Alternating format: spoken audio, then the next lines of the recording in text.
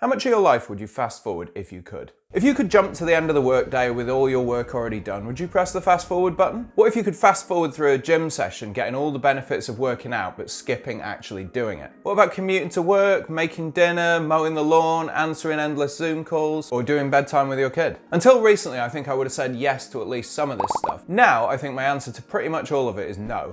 And in this video, I'm going to explain why. I'm also going to give you some simple ways to stop living your life on fast forward, and then one not so simple one. Before we get into that though, let's talk about the research. So in his book on effective altruism, What We Owe the Future, philosopher William MacAskill mentions a survey of more than 8,000 people conducted by 3 psychologists on happiness and contentment. At random times of day, they would get people to write down the activity they were doing and then record how long it would last. Then they'd get them to answer this question. If you could, and it had no negative consequences, would you jump forward in time to the end of what you're currently doing? And the results were pretty surprising. On average, people chose to skip 40% of their waking hours. That implies almost 6.5 hours out of every day weren't really worth experiencing for them, which feels kind of like a lot. So I think the idea here is the more happy or content you are in the activities you're doing every day, the less likely you are to press that fast forward button. And so there are a couple of fairly obvious ways to do that, and then some that aren't so obvious. Most obviously, you can just avoid or outsource the stuff you don't want to do. Probably the most common way people do this is by skipping cooking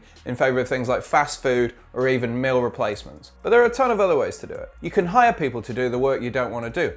Especially in this age of virtual assistants and Fiverr, it's fairly easy to find someone who'll do mundane tasks for you and kind of swap a little bit of their time for a little bit of your money. Or I mean, everyone's talking about it, but these days you can get AI to do a lot of boring tasks for you, and that's only going to become more common. Probably the biggest change I've made in this way is to move out of London and work from home, where I don't have to do the hour-long commute where it was so crowded that I couldn't even read a book on the train. And don't get me wrong, that's made a huge difference to my quality of life, and I feel very lucky that I was able to do that. You can also make the stuff you don't enjoy more fun in other ways, kind of stacking other things on top of it. This might be listening to a podcast while you mow the lawn or going to the gym with your friends.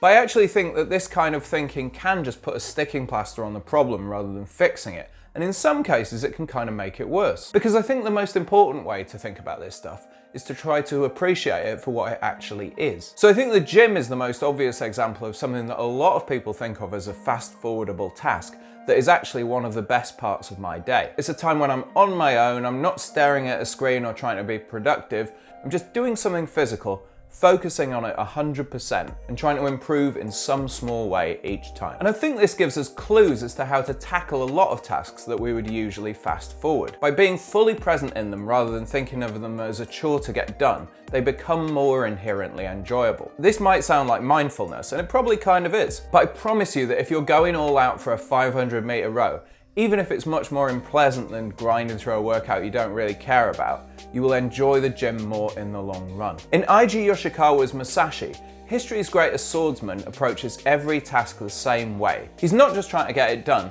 he's trying to find the perfection in everything he does. And you can approach the gym like that, by focusing on your form for every rep, rather than just worrying about how many you have to do.